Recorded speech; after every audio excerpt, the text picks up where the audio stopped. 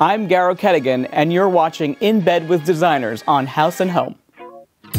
Well, my mantra when doing any of my own personal bedrooms is to make it feel like a cocoon because, you know, I have such stressful days. And, you know, for me, a bed canopy is my preference. I love doing them. It's 18th century mahogany. I bought this actually at the Christie's sale in New York.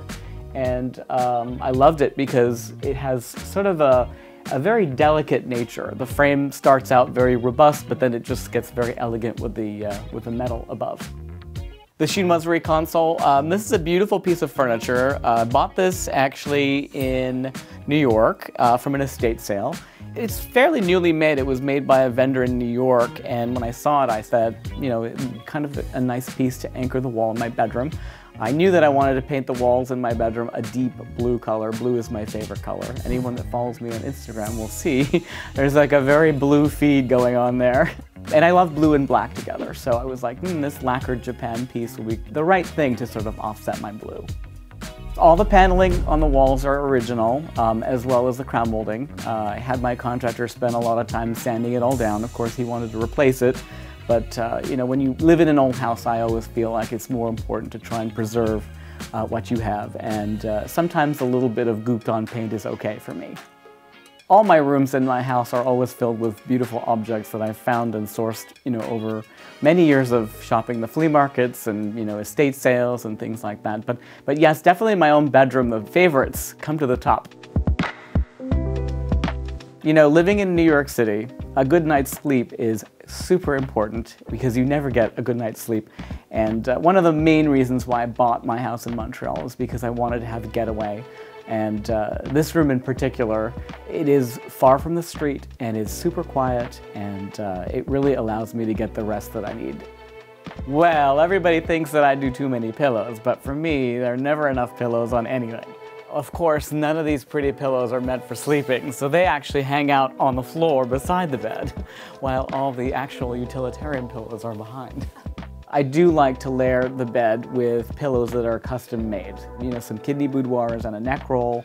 I mix it up, it depends on the bed, only because I feel like that makes your bed so personal.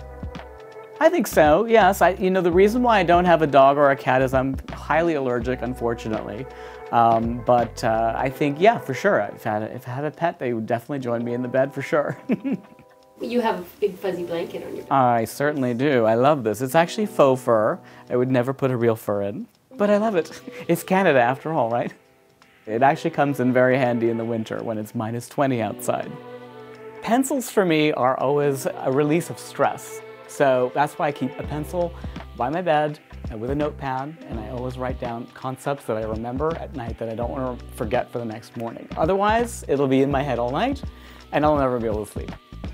I don't keep any digital or media items in my bedroom because I feel like they're distracting. For me, it's like you need to concentrate on sleep when you want to sleep in your bed, not, you know, checking your emails and taking a nap. If you catch out of the glimpse of the corner of your eye that the light goes on, that there's an email there waiting for you, then you're in trouble. So when you're designing a bedroom for a client, what's the first thing you want them to embrace? Well, bedrooms are very personal, so the very first thing I try and do is get a sense whether they're night owls or early birds. For instance, if a room is used heavily at night and they're up late and they're working on the computer at the desk in the bedroom, then I feel like that room needs to have a nighttime personality. But if they're up early in the morning, as I am, then I think that the room really needs to be, you know, responding to that. Because that plays in very much to the understanding of how they will react to, you know, the success of the design of their bedroom.